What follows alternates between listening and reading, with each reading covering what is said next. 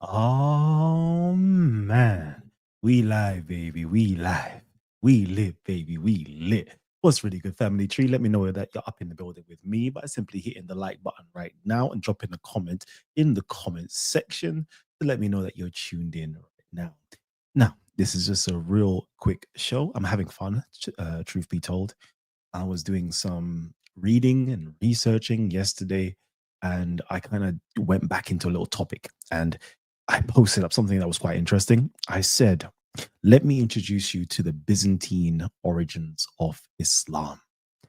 For too long now, I've been talking about the Abyssinian origins of Islam, but let me introduce you to a key figure that actually started, of course, created the Mm, the religion of Islam, better yet, more than just the religion of Islam, I would say that he was the force behind the empire.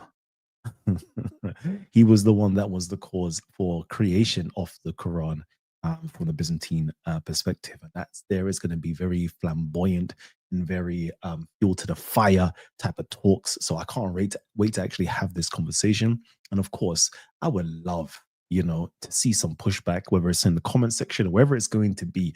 Give me some pushback because this is real controversial stuff, brand new primary research. And I think you guys will like it. Okay. So this is a presentation primarily on three main figures. I would say would be Justinian the first, Abraha, of course, and Muhammad. And I said without him, i.e., Justinian allying himself with the Abyssinian Empire and the family of Muhammad, there will be no Quran preaching his Chalcedonian Christianity, i.e., Dyophysite Christianity. Jesu. Oh my God. Are you guys ready for this? Because this is going to be interesting. And of course, I want some pushback. I want some feedback. I want to know your thoughts on this. And yeah, real quickly. So this is it here. Abraha and Muhammad, Byzantine religion, the Chalcedonian Melekite Christianity. I think this is just too way advanced for this time, but we'll move. We move. We'll see what we can do with it. So, what do I want to do here?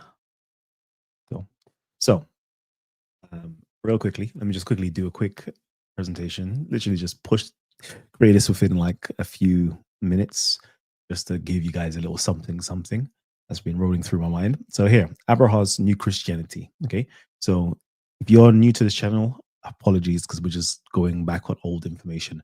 So you would know in the 6th century, Abraha brought a new form of Christianity to the Arabian Peninsula. And if you don't know, just have to check some history books or go back and watch some old shows and you'll see it. So, anyways, let me just give you the context or the contents of this particular presentation. This is, first of all, we're going to go through the historical context, i.e., the Miaphysites and versus the Dyophysite split within inside of Christianity. That took place roughly in the 451 AD onwards. We'll go through that. I'm going to demonstrate that Abraha's inscriptions testify to his conversion. Chalcedonian Christianity, as understood by contemporaries, saw that Jesus was a man, not a god, and Abraha's propaganda should reflect Byzantine Chalcedonian leanings or teachings. And of course, that propaganda, the end result of Abraha's propaganda is obviously his bishop or his preacher that he put in place to spread this new doctrine to the northern Arabs. And of course, that's Muhammad and his Quran. So let's just quickly go into some stuff. So obviously, again, we know about there was a split within inside of Christianity, all thanks to a man like Cyril of Alexandria and Nestorius of Antioch, I believe. And right there is very techy. It's to do with a few things. It's to do with the nature of Christ, to be honest with you. Very interesting stuff. But in there, you'll see that there's the two natures, East Diaphysites and Chalcedonians, kind of similar. And the Miaphysites just saw there was one person, one single nature, and hence one manifestation. So little differences that it's a bit techy if you don't know it. If you read the Quran and you understand this slide right here, you understand it, and you see the verses that apparently seem to be anti-Christianity, you'll understand what it is all about. What's going on here? But anyways, let's quickly go through it a little bit. So again, we're talking about there was a split within inside of Christianity. Technically, there was three splits. So the three splits would have been, you have the Chalcedonians, which is supposed to be, if you're underneath the Roman Empire, that is where orthodoxy is said to lie. But yeah, and then obviously those who didn't want to adhere to it are called anti-Chalcedonians. Those would be considered to be the Miaphysites. So that would be your Aksumite or Aksumite Ethiopian Christians. And it will also be like your Syrian Christians, Coptic Christians. Those individuals would be the Miaphysites. And then you have the third group, which is the Dyophysites or the Eastern Dyophysites, which will be the Church of the East, or they may be known as Nestorians. Those are the three different groups that arose after 451. And again, like most people who talk about Islam, like they don't even know this, but yeah, they're talking on Islam, and it's like you lot don't even know the core of what's going on. But anyways, let me even digress. Powerful information. I have to learn that. Okay.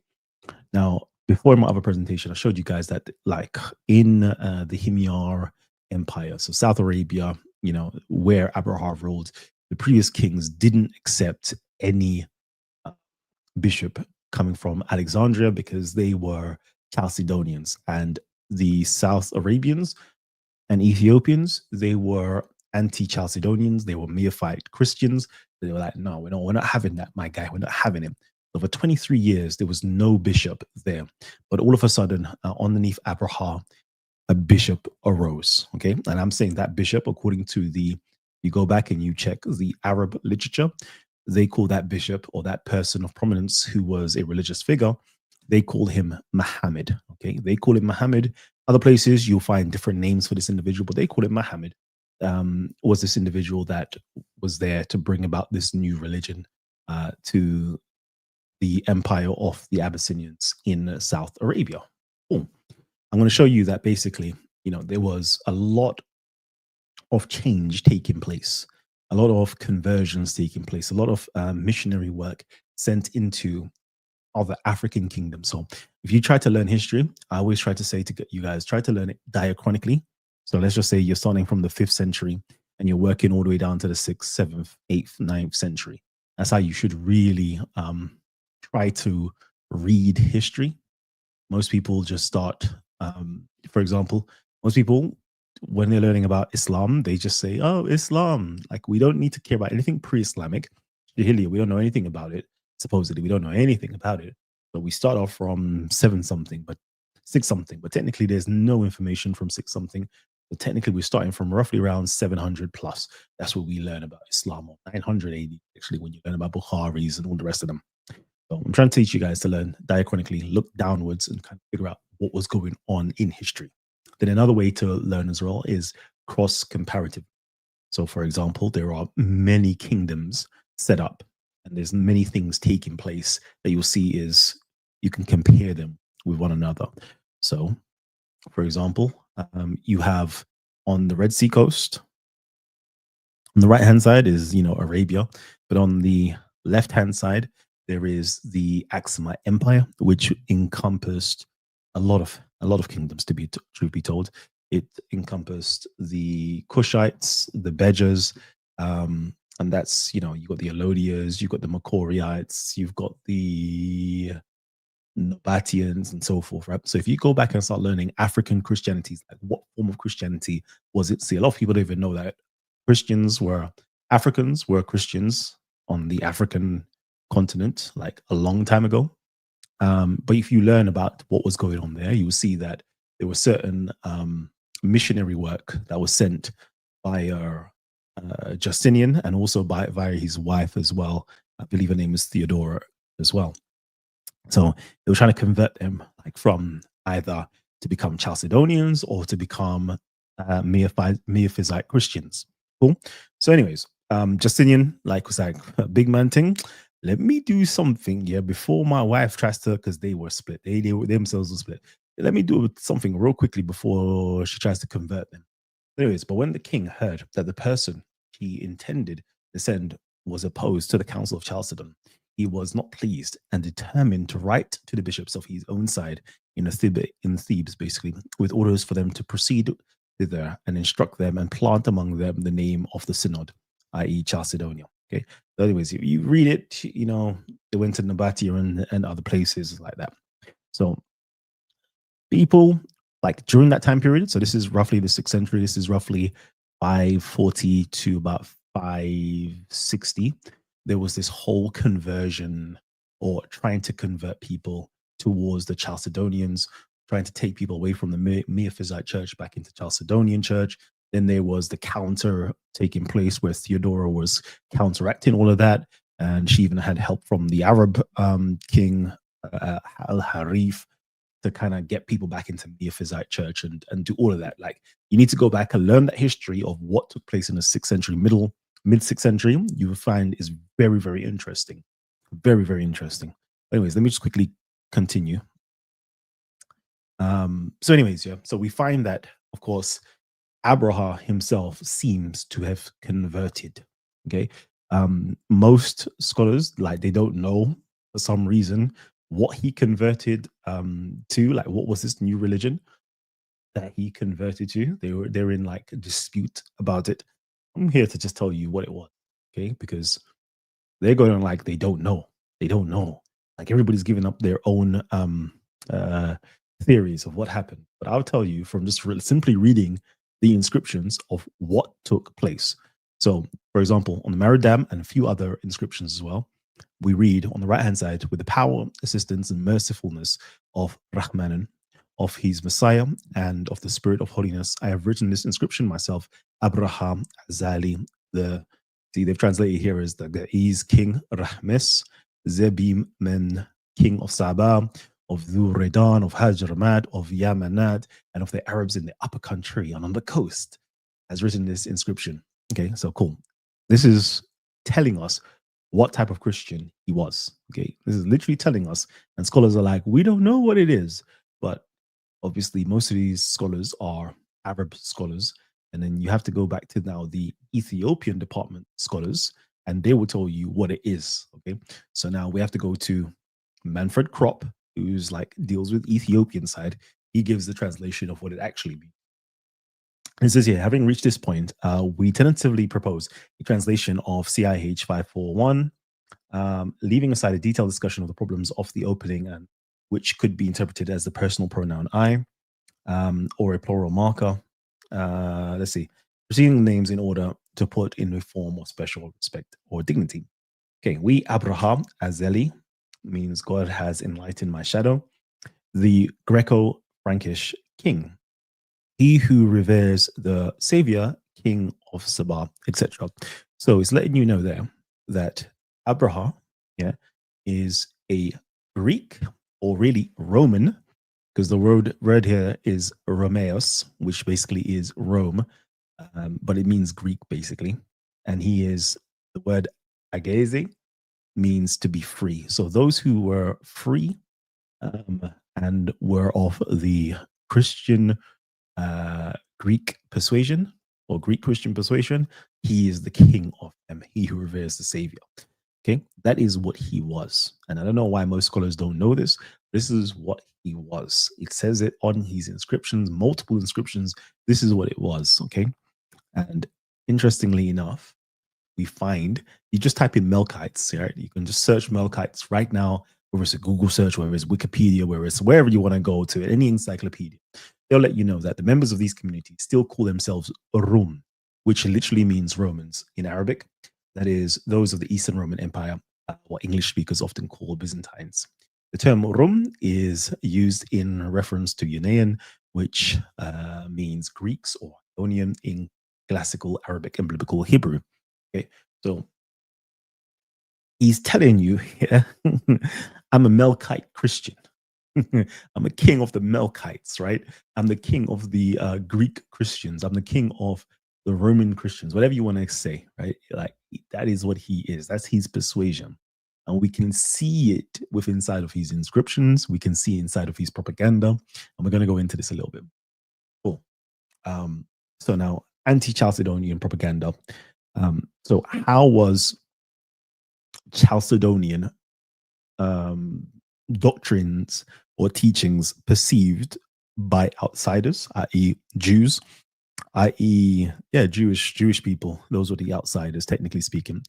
But we have to watch and read the biasness because I believe this is coming from anti-Chalcedonians who are writing this. So these are Christians writing about um, writing writing to say this. These are the reports from Jews, and they're speaking disparagingly about the Romans who are Chalcedonians. So check it out now, right? This here, on the left, ye worship a mortal man who, being of mankind, yet said about himself that he was the Son of God, the merciful.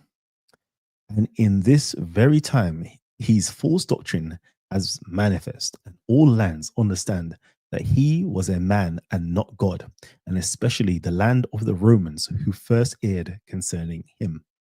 Okay, so this is from the book of the Himyarites. So we can see, right?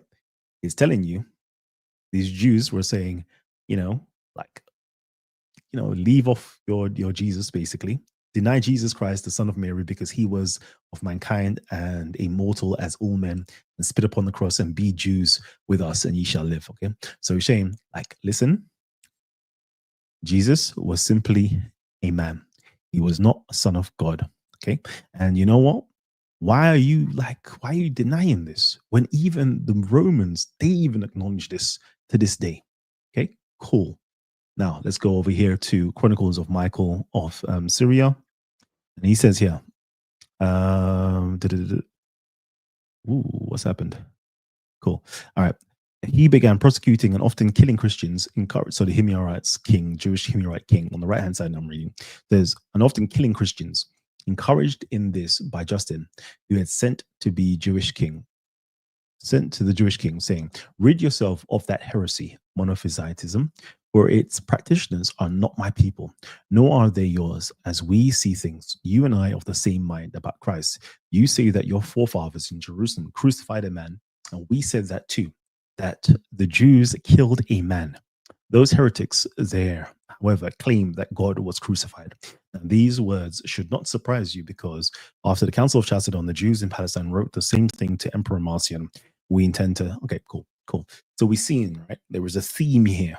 The theme here is that the Romans, okay, who are Chalcedonians, are also claiming that Christ is a man. Whereas the Monophysites or the Miaphysites are saying, no, Christ is actually God. Boom.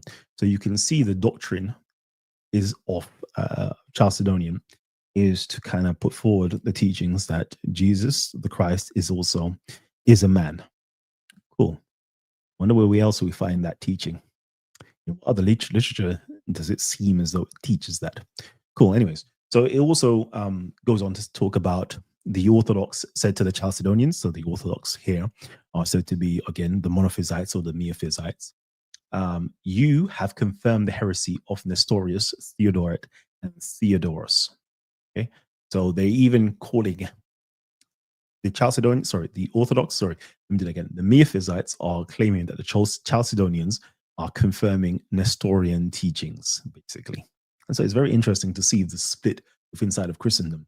And I'm like, you lot got to read and learn like what was going on, because it's so interesting. So interesting. Cool. Cool.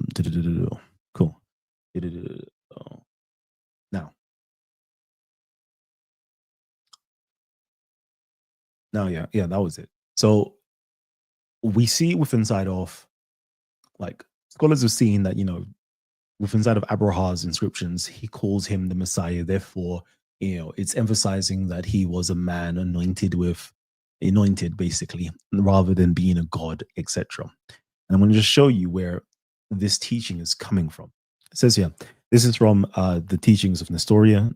It says here, the framers of the creed, however, were careful to use the word Christ, which signifies both natures, in declaring him consubstantial with the Godhead of the Father.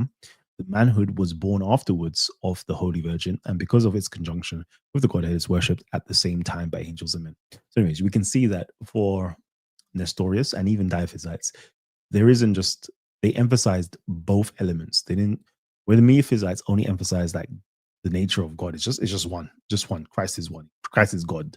Christ is God. Christ is God. Christ is the Son of God. In fact, Mother Mary was the mother of God. Like that was their teachings. Whereas the Diophysites said, no, you know what?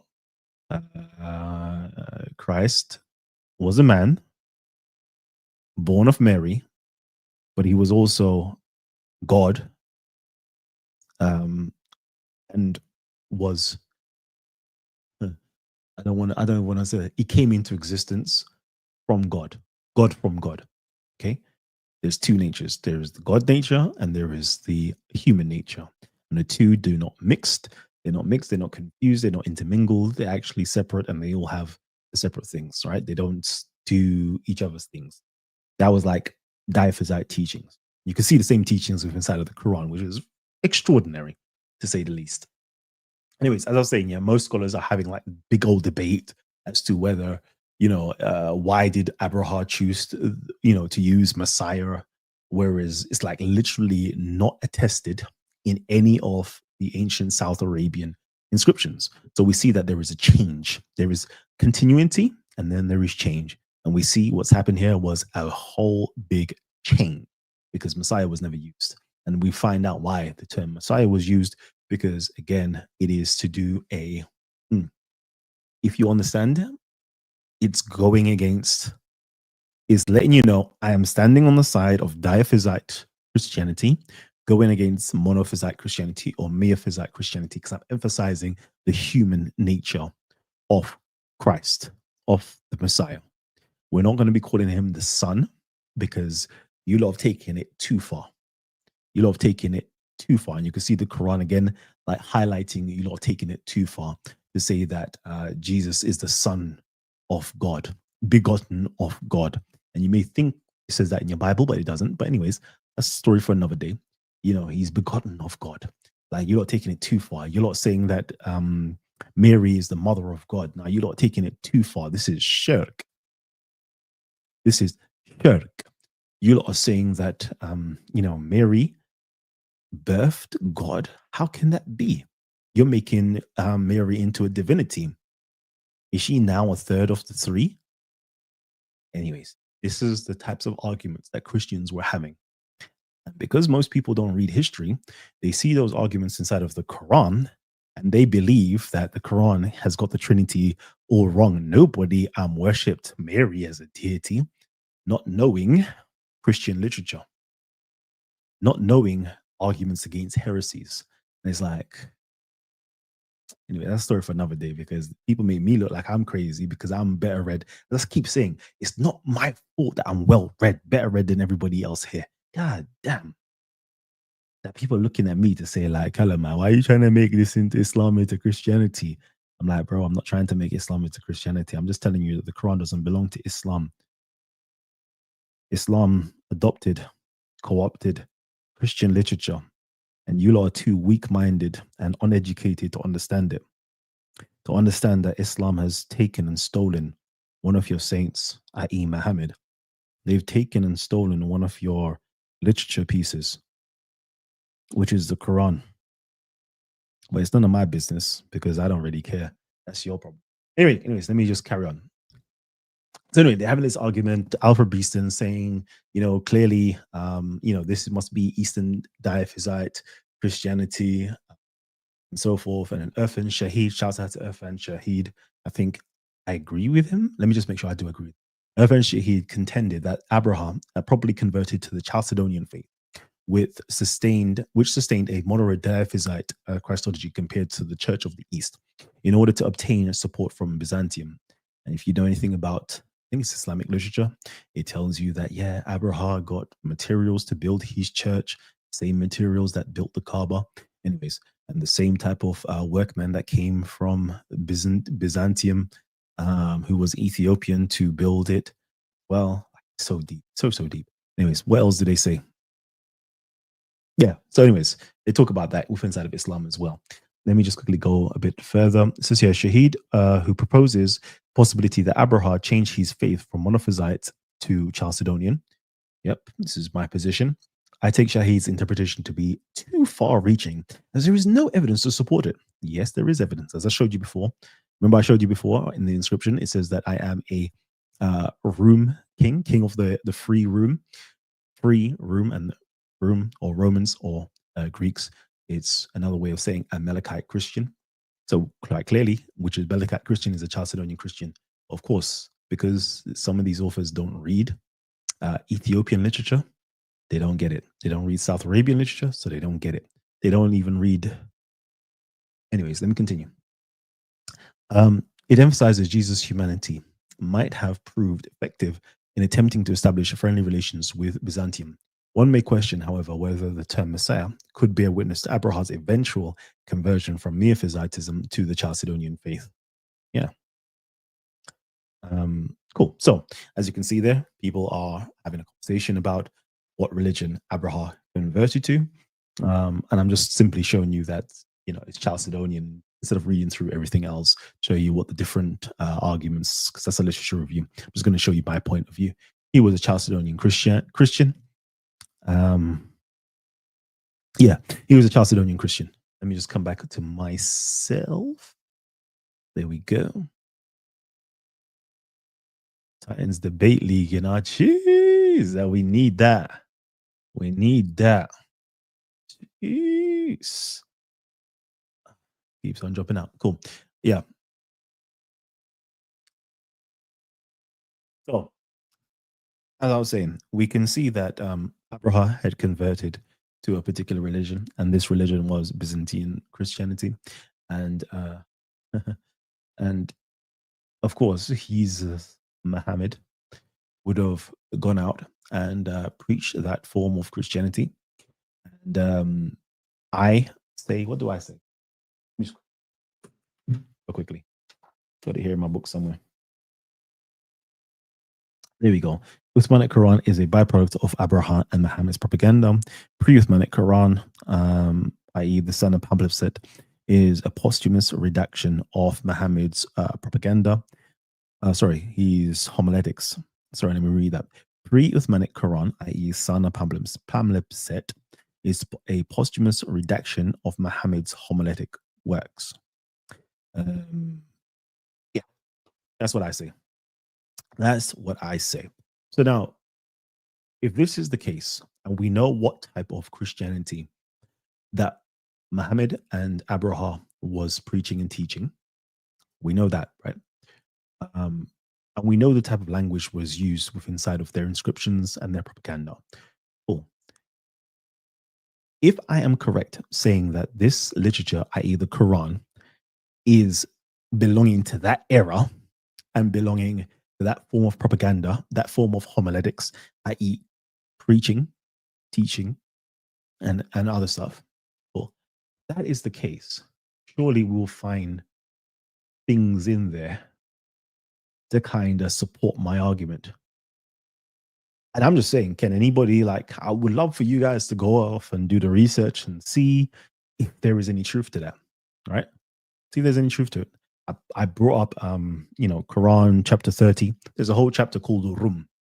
This is literally something with inside. Can you imagine? The Quran itself is pro-Byzantine because it's supporting the Romans, supporting it. The Quran is supporting it. Interesting, that. Interesting. That seems as though it proves continuity. It proves that both the Quran and Abraha's inscription seem to line up. There's so much, to me, I always find it interesting where there's so much of it. Let's start from this. Let's start from this. The prophet of Islam is named Muhammad.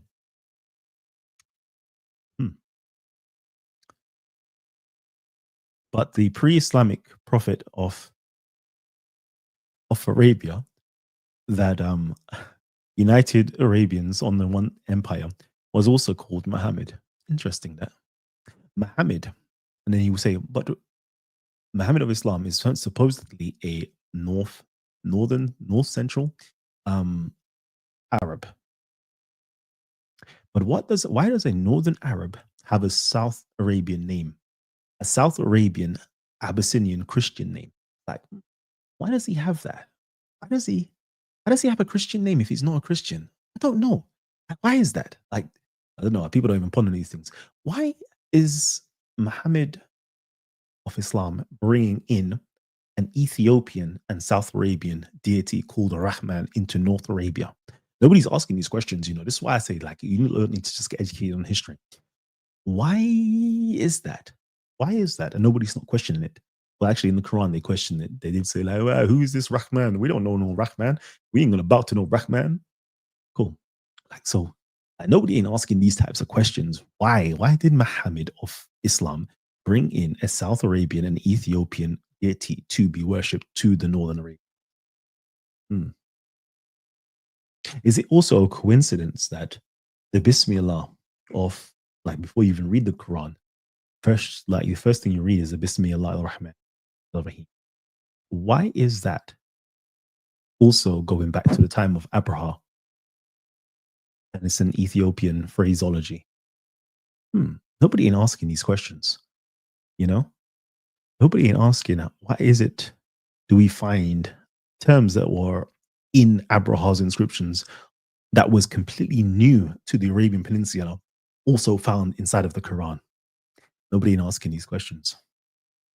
Nobody ain't asking these questions. Why do we find like things to do with the sleepers of Ephesus, the Dulkarnain, i.e., Alexander the Great romance, which is there to prop up the Byzantine Empire? Why is that in the Quran? Like, that don't make no sense. But it makes sense if you understand the Christianity that was being preached and taught by Abraham has come from that region, mixed in with Abyssinian stuff. And that is what you get today, which is the Quran. But anyways, and then once you understand, as I'm saying, yeah, because I need to do these little videos, these little miniature videos, in terms of you have the Injil, which is specifically an Ethiopian word to do. If you know, like, the Christians that they're in conversation with is Aksumite Christians who are Miaphysites. And the Quran seems to be going against, and I'm saying the Quran is going against Miaphysite Christianity, because obviously it's Chalcedonian Christianity. If you understand the context, the historical context, you'll make more sense of the Quran. That's what I say. That's what I say. But anyways, I finished. I will do what I do.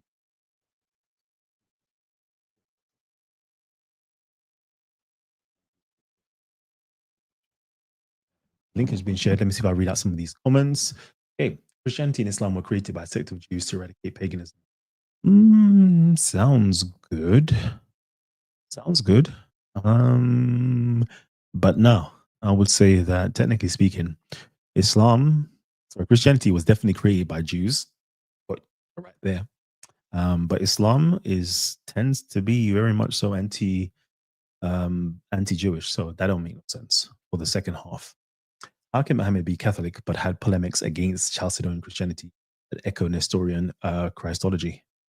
How can Muhammad be Catholic but had polemics against? I don't think he does have any polemics against Chalcedonian Christianity. And then you'll see that Nestorian Christology and Chalcedonian Christology is basically like two sides of the same coin. Like, remember, you have they're both Dyophysite Christianity.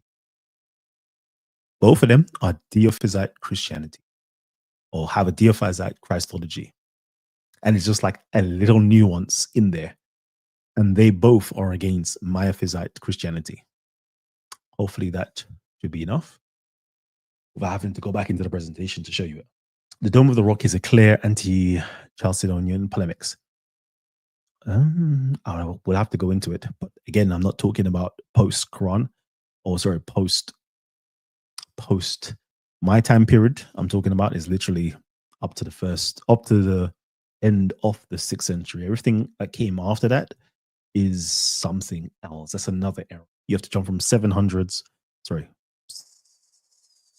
century. You have to jump into the 7th century. I mean, yeah, you have to jump into another century and see what took place and what happened with the different Umayyads, because you have the Sufyanids, who had a certain way of doing things. Then you had the Marwanids, had another certain way of doing things. Then you even have to go back before then, because you had the Zubairids, who were really the first ones to um, give you the Muhammad charisma, or really to give you a narrative about Muhammad. It's like there's so much. Like you have to go through history, as I said, diachronically. Let's start from 5th century, go to the 6th century, and then entered into the 7th century, where you have the Dome of the Rock, which is like something we haven't even reached to that point yet. Yeah, peace to the chat, peace to the panel. Oh man. And of course, smash up the hit and smash up the like button, family tree. I don't know why you lot are here without hitting the like button. Okay. You previously mentioned Abraham was Examite Christianity, where he called Jesus the Messiah, something like that. Please clarify. Okay. So let me just make sure I do a quick correction. Not Abraham, but Abraha was Examite Christianity. Nope, I said Abyssinian. So Abraha is separate. Okay, so you have Axumites, which is on African continent, and then you have the Habashi or the Abyssinians, who are on the South Arabian Peninsula.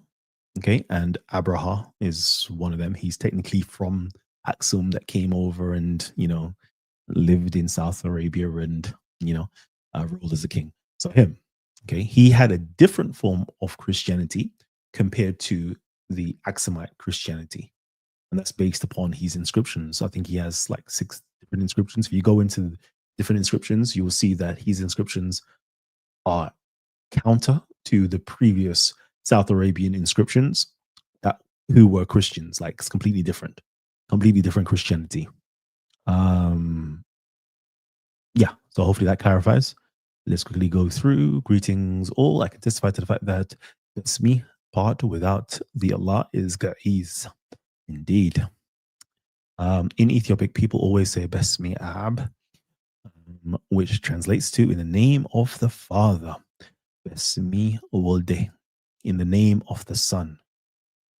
Beautiful. They steal from the Nile lands and rebrand it as their own. It's disgusting. Yep. B means in the, and Semi means name of. Then you can insert Allah or Ab, etc. Yep. Or what's called Agazebi. I can't remember the other names. They use that. They use other names for God with inside of Ethiopia as well, in terms of Bismillahs, in terms of Basmalahs, should I say. Peace and longevity to all. Peace, peace, peace. This is going to be one of my new favorite channels. I already see Happy, my homie, told me to look you up. Ah, salute, salute, salute, salute. So yeah, that's literally it. I've literally finished that. Was just a quick presentation on the Byzantine origins of Islam, because you already know I do the Abyssinian origin of Islam, and I go through all of that with you guys.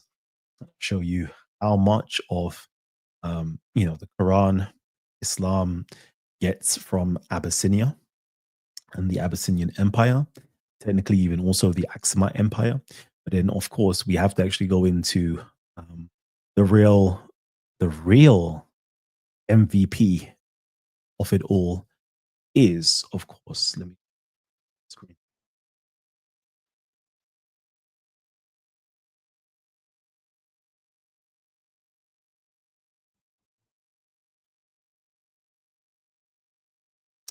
Where are you? Yeah, that's him right there. So yeah, one of the real MVPs right there is Justinian. Okay, Justinian the first is a real MVP. If you go back and you start reading about the 6th century and you see what he did, you will understand how much part, like the part he had to play in the Arabian Peninsula. Like it's phenomenal. Okay, and more than just the Arabian Peninsula, but he was like top. Him and Caleb as well, or Elisabaz, who is basically the Aksumite king or the Aksumite emperor. Like both of them, they did a lot. They did a lot for Christianity, a lot. And I really wish that you guys would actually go back and do some research and find out about these key pivotal figures in history, because yeah, yeah, like hats off, salute to them, salute to them. And then again, you can go back and you can find up like him and then Abraha, no, him and Caleb. If you wanted to find out information about Muhammad's family, like Muhammad's family, literally, like this is incredible, right? To know that he's written, Muhammad's family is written within inside of the Byzantine emperor's works. Like he was like, yo, big man,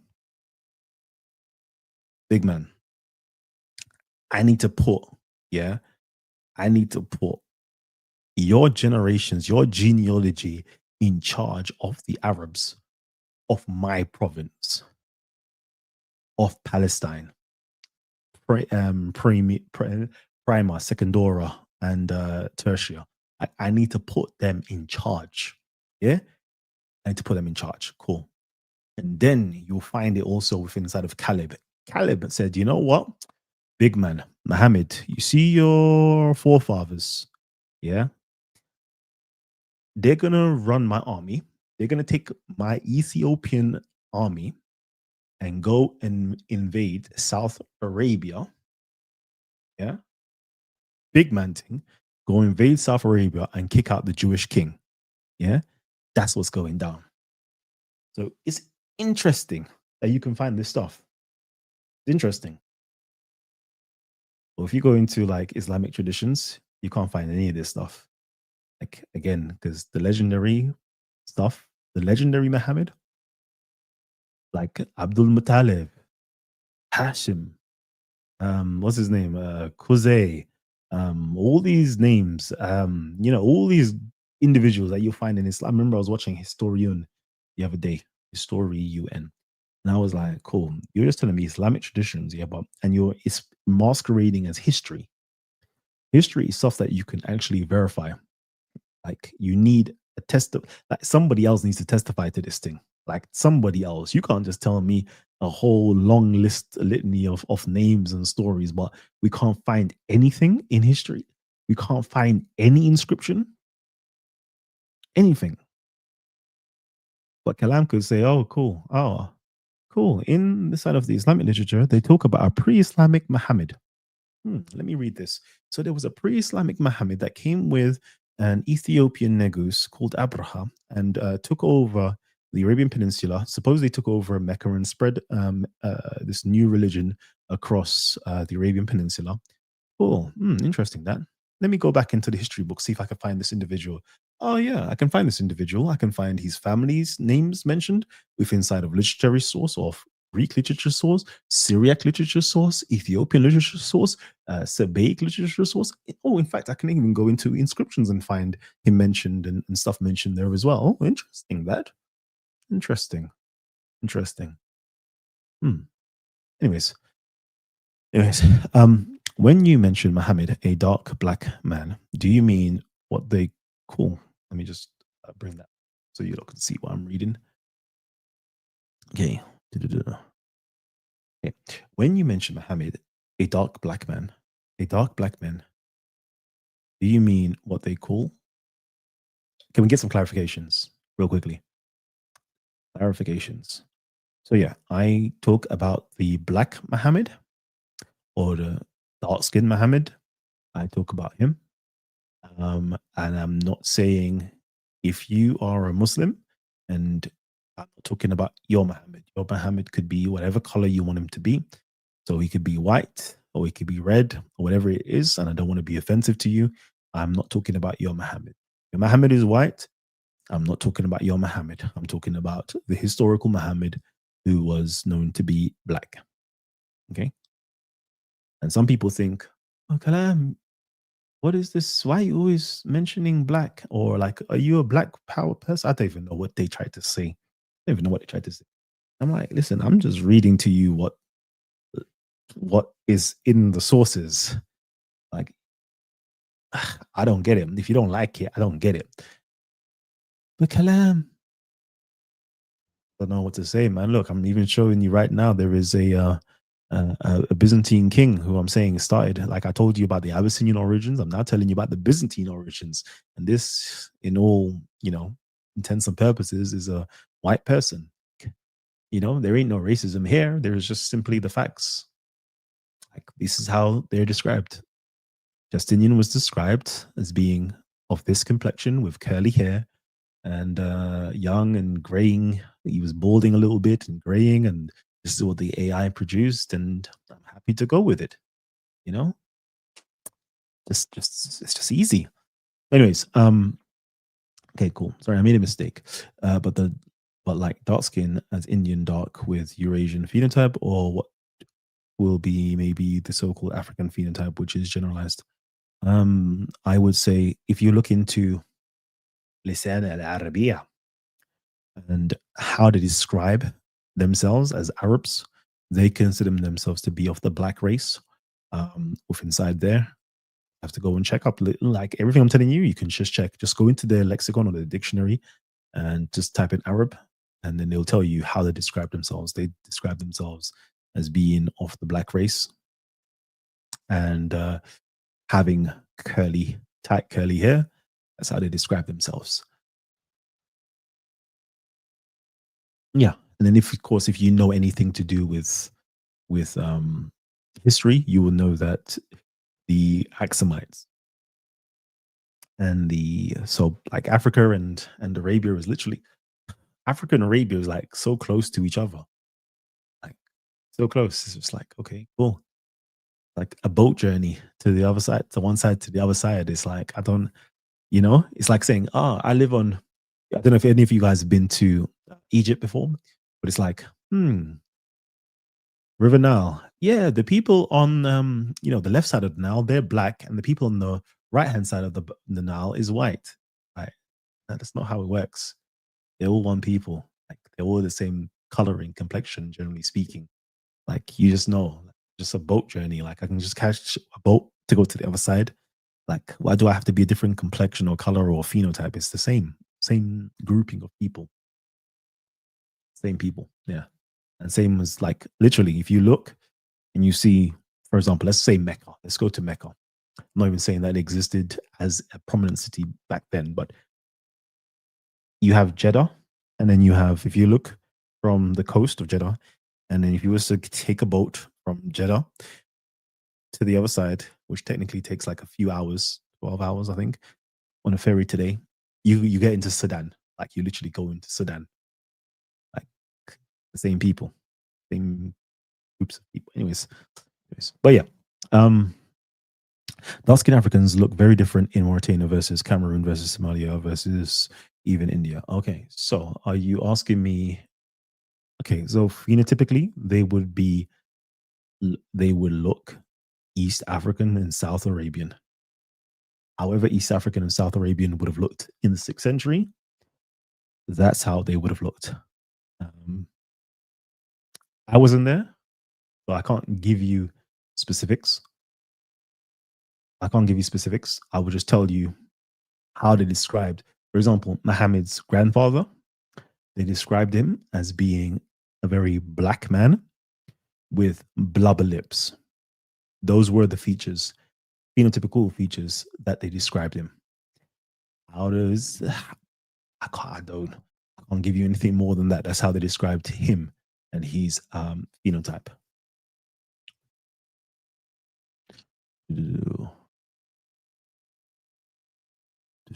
With a nice beard like Kalam. Jeez, I haven't even brushed my beard. Just emailed you about your booking info. All right, cool. Say less. Say less. I'll check that out. This research is incredible. We give thanks. We give thanks and praise, man. Yeah. So, family, I think I've done my job. Spent a good 9 minutes with you guys. But yeah, like enjoyed doing something real quickly for you guys because I think somebody asked me something and I said, let me just quickly do something. Is it looks like. Let's see.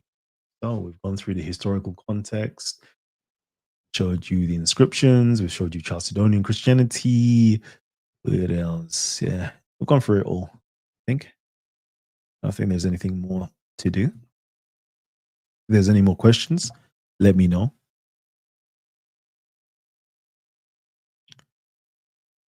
Let me know. Yeah. So how do I explain Sunni and Shiaism? It's a lot of politics, a lot of politics, and what we know of Sunni and Shiism is later, laterness that has taken place. Okay, and for this one, there's not like a simple answer because even the terms Sunni has to say Sunnah, and then you have to understand that what we know as Sunnah today isn't the same thing that's what Sunnah meant back in the day. It's completely different. But that's another story. Then the Shia of Ali as a political party, it's a political party and a religious something. It's complex. It's complex. I don't even have the energy to even go into all of that right there. But what can I say? What can I give you that can be really good for you? Sunni and Shiism is a myth. That's number one. I'm trying to think. What can I say to you? Sunni and Shiism, number one, is a myth because Sunni and Shiism never existed in the time of Ali and whoever was supposedly Sunni. But that didn't even exist. Yeah, that didn't even exist. It's hard to answer that question even. It's actually hard because that didn't even exist. Um, well put, expression kalam. Cool. Arabs are a pure race. I don't know about that. I would say that Arabs, the meaning of Arabs kind of means mixed anyway. And they themselves will tell you that they're mixed, because let's just say from the mythology, you have Hagar, who is supposedly an African, an Egyptian, and then you have Abraham, Hebrew, coming from somewhere in Iraq, them sides there. So you have, you know, definitely a mixture that's taken place right there in terms of the mythology. And then afterwards, you have that mix which produced Ishmael. He went on and mixed with, according to the Bible, he mixed with Egyptians as well. So mixed up with Egyptians. But of course, if you go into Islam, they'll tell you it's another mix. But you know, one of your lives, you mentioned the Quran being Christian literature, etc. What do you make of it actively distinct Christians from the work the Quran is preaching? Like, where is the Christian link? One of your lives being Christian literature. Yeah, 100%. Quran is Christian literature. What do you make of it actively distinct Christians from? I don't know. I can you rewrite that for me? Because I'm trying to read it and I don't understand. I don't understand that question. What do you make of it actively distinct? What makes it distinct? Nope. From the work, the Quran is I don't know. I don't understand this question. I want to answer this question because I could tell it's a good question, but I don't know how to. It doesn't make sense to me. And 100%, this is a big boy statement right here. Race does not exist, is a social construct. There is no scientific basis to it. 100%. Couldn't agree more. Okay. Like the practice in the Quran states is different from Christianity. Practice. I don't think you're saying the right thing. Practice. I don't think there's anything practice wise, as in the praxology of the Quran is not different from the praxology of Christianity. Let me make that make sense. The praxology, for example, one of the famous things, Salah. Salah. Christians have Salah. Dua, supplications. Christians make supplications. Fasting. Christians fast. Other things Christians do. Like I don't know, it's all there, to be honest with you. Like what praxis or what practices, like, for example, the five pillars of Islam. Like Christianity has all the five pillars of Islam. It has prayer, it has fasting, it has prayer, fasting. Well, what else is there? Charity, giving charity or alms. is there as well. You have Tawheed, the oneness of God. It's there, and pilgrimage. It's all there. Like it's all there. It's all the same in terms of praxeology. It's all the same. I will say that there are certain verses in the Quran, as I said, that makes it look like it's anti-Christian. But if you understood the historical context of the Quran, you'll understand that it's just speaking against the heresies in what the author perceives as heresies within inside of Christianity. So that there are like it mentions that there are Christians and they are different. Yeah, as I said, you have various different groups of Christians, right? But I'm simply telling you that it is an anti-Miaphysite book. It's anti-Miaphysite and it's pro-Dyophysite in terms of its Christology. That's what's going on. It's those two groups of Christians are interacting with each other, and the Quran is pro-Dyophysite and is going against the Miaphysite Christians. And specifically, I would say the Miaphysite, Aksumite, Ethiopian Christians. Those are the ones that it's going against. Yeah, is right. Okay, cool. Let me see. Akani, please come and bring some goodness to the stream. What are you telling me? What are you saying, man? You good, yeah? Yeah. Missed the show or you catch people up? No, when I was driving, I was just listening to you, but I couldn't really look at the screen while, But yeah, no, I was listening still. I like this argument. It's better than the Abraha one, man. I mean, the Ethiopian one. It's a bit more technical, but I think I can decipher this. Cool. Timeline kind of goes against your thesis, but I like the way you've structured your argument, but it's still but yeah. Yeah.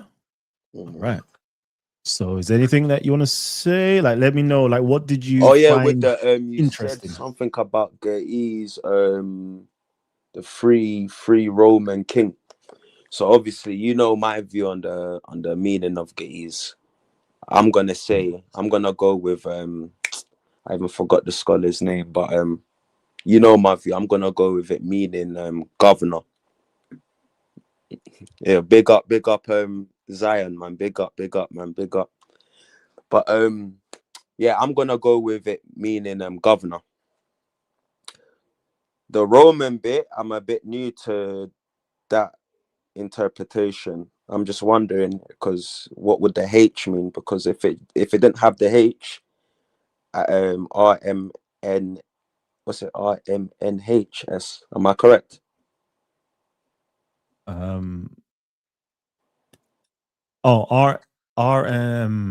Yes, RMHS, yes. RMHS. Yeah, Rome ain't got a H at the end, if I'm not mistaken. You'll have to go in. You know what? If I give you material to read, will you read it? What material though? What is it? And is it a book or is it just an article? An article. Okay, go on. What's the source? Can bring it up. I can.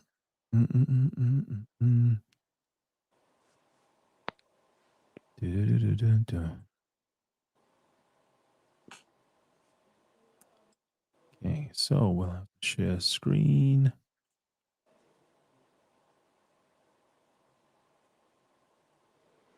Zad, man, that's the teacher, man.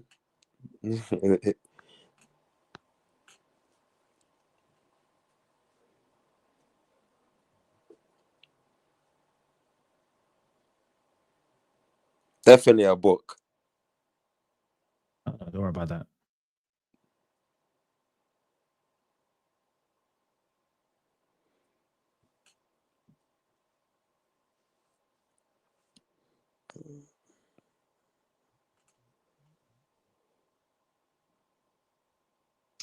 Okay, it's called. There's only 11 pages. Okay. Abraha, names and titles from Manfred Kropp, and I've got this source. I think. Okay, so then if you've got this source, then you will see the breakdown of Romeus in there. Is there other is there other breakdowns? There is. I think he mentions the other breakdown in his article. And can you go up a bit? I see Viceroy. So he gives the breakdown. Hold on one second. Oh, so, yeah, he gives the breakdown right here that thus the parallel word for Romeus of Abraha's text would be Sarin, which has been tentatively translated as victorious, but the meaning of which is virtually unknown. What can be said is that a reader of the Ethiopic Bible in the 6th century, looking at this word, must have connected it with Sarah, the biblical word for Greece or the Greeks. There is no good argument against the cited Ethiopian inscription being known, read, and partially understood 900 years later. One could cite parallel phenomena in official documents of the King Lalibela and even later, borrowing titles from Axum's inscriptions many hundred years older, and it says here, followed by others, once conjectured the meaning Romaeus, Greek Byzantine for Romaeus, thus coming to the same result. Are there other considerations supporting this hypothesis? And there's given loads more over here. So it's a hypothesis. Do you understand what a hypothesis is, right? Yeah, it's not. It's one lower from a theory. So you have people that give hypothesis and give evidence to support it, and then that's what's going on here. So it's not a theory yet. Well, however you want to like dissect it, up to you. I think he gives he gives a very convincing argument over here, and he shows that Romaeus is literally definitely Rome. I think it says it here. But anyway, you read it, you see it anyway. So him saying, "Sir, I got a bad throat." By the way, I'm not smoking or anything for the audience. So what do you call it? So him saying free man of the Romans is basically based on religion, not ethnic.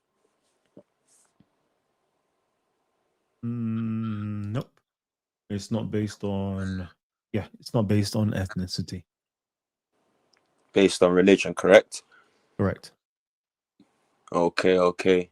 With the Ge'ez bit, I would view that as governor though, which would make perfect sense if you understand it as governor, because if I'm not wrong, I think he was like within the Christian world, he was underneath a higher power. He wasn't you know what I mean? He wasn't the all round there go-to guy. He had to serve another person, if I'm not wrong. Yeah, he was a king underneath another king, i.e., there was the Emperor Caleb. I know Najashi, but even outside of the Oxumite Empire, he was subservient to another king, correct? What other king was he subservient to? The Byzantines. I don't know if he was subservient to the Byzantines, but I would say that in terms of religion, the religion, technically, yes. So with regarding propaganda, it would be on the hands of Abraha, correct? It would be. Explain when it comes to the Byzantine ruler Justinian and Abraha. If it came to propaganda spreading the religion in that region, it would be in the hands of Abraha, correct? Yes. Yeah. Okay. And whatever bishop he had. Okay. Yeah. So technically, I wouldn't be wrong to say he was a governor. No, you would be wrong to say he's a governor, because he's more than a governor. He's the king. That's based on Abraha's own ruling. Where'd you get this understanding that? Where'd you get this understanding that the Gaiz, sorry, the Sabaic inscriptions place him as a governor. Where did you see that? I forgot my man's name. You know, I'm even pretty much new to the scholar, but it's the guy that the pretty much the let me find his name, man. The guy who pretty much deciphered the South Arabian inscription. But yeah. Anyways, I don't want to get sidetracked with all of that because it's not necessary. But if you've got this article already, this is really good. That's about it. I'm about to pull it out now. That's about it. But anyways, I think, is there anything else? Is there anything else that I need to go through? Because I think everything is kind of done. And my tired levels are crazy. Would you call Arabs an African group, maybe an Ethiopian tribe or whatever, who lives in Arabia, or different than Africans but can just be dark? So we're talking about the ancient. Oh, let me read this out. So it all depends, because it all depends. It all depends. Because there are various different types of Arabs inside of Arabia, and they are, I don't want to say they're all described differently, but there are different groups that are described differently in terms of phenotypes. We know that Ethiopians were on the Arabian Peninsula for a long time, intermingling, marrying with different groups of people there. So whatever that would produce. But I would also say, when you're dealing with provinces that are trading cities, trading cities tend to be a mixture of people. What do I mean by that? You have Greeks or Romans coming in, Syrians coming in, Persians coming in, Nubians, Somalians, Ethiopians, all different types of groups of people, came in to these different ports and would have intermixed and intermarried. And you will see in certain sculptures, you will see very light-skinned, I don't know, how can I put it? Very aquiline featured individuals. Then you'll also see very robust looking individuals as well. It's like, I don't even know how to explain it to you. It's like coming to London. London is multicultural or multi-ethnical. I don't know if that's a term. There's loads of ethnicities here, but we're all underneath the British Empire or the British Kingdom. So it's like, it's very difficult to answer that because they're all mixed up people. All mixed up. Anytime you're dealing with a port, like in terms of geography and history, when you're dealing with ports mean that different people come to trade merchandise, and they will tend to actually, intermarry. Like, I don't know if you've seen these old school soldier type programs, like let's say the soldiers go to Vietnam, like they're in the bars and they're definitely having children with these Vietnamese women and stuff like that. That's just the case. So it's all mixed up. Yeah. You simply have ethnic groups, peoples who migrate and intermarry over a period of time. Trade is also important, indeed. Yeah. So I'm trying to sleep. I'm very, very tired, family. It's like the way I can't. I'm proper going through my archives, but I'll probably just message it to you, innit? Yeah. You know who I'm talking about, though, man. You know who most probably. I forgot his name though. But just one more thing, and in Ethiopian language, Gaiz, governor is Gazi. So obviously Gaiz is just a variant of vowels. So this is pretty much the same root word. So free man would be like the that would be don't know to say a broader meaning, but the like as office is governor. But yeah. I'll send you the thing. All right. So yeah, so it's very interesting information that's been brought today. We're gonna have to ask the question: is the Quran? I'm saying that everybody, we can do this together, right? Let's bring up verses inside of the Quran that seem to be anti-Christian in nature. And then we'll ask ourselves the question, is it anti-Christian, or is there an intra-Christian dialogue taking place? I.e., one Christian in conversation with another group of Christians and claiming that the other group of Christians are, can I put it, misguided, or are practicing some form of heretical teaching. And we can see, like, we can actually do this together. Like, let's study together. Okay? I'm not going to say one thing or another. Let's just bring it up and actually just see. Let's see. Let me try to get all these questions out. I did read this already. Is he saying because they sounded like they are etymologically related? Basically. Original Arabs whose only language is Arabic. British were white before it mixed up. The Arab, not Arabized Arabs. That's see, because the original Arabs whose only language is Arabic. Nah, because all right, let me see. Can I do this? Type in South Arabian Arabic, maybe old South Arabian Arabic. You would understand that there isn't just one Arabic language. There is a multiplicities of Arabic languages. Yeah, there's a multiplicities of Arabic languages. So go in there and you'll see that they didn't all speak the same language and they wouldn't all understand each other. And then that's just South Arabian. And then now go into North Arabian Arabic. And then you'll see that there is even more different, dialects of Arabic as well. Hey Zion, Arabic's attested for, it goes back to 8th century BCE. So I don't know what you mean by Arabic is the youngest. If you're talking about the Quran Arabic, then you're making a point, but that the actual Arabic, forgot the king's name, but a king, Arabic kings attested for, going back to 8th century BCE. This is when we have to start getting technical and actually start calling it by its actual name. Like, yeah, you can start calling stuff by its actual name. I don't know. No, I'm too tired to be going through and showing you via Google and Wikipedia the different versions of Arabic. So long to do that.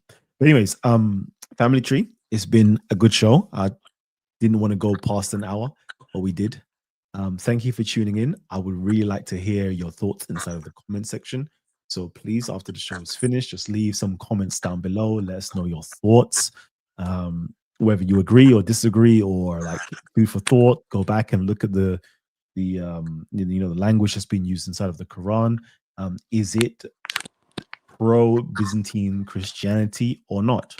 Is it a continuation of Abraha and his Muhammad's propaganda? Yes or no? And hopefully we can have this conversation another day. Family Tree, peace and love. Catch you guys on the other side. Oh man.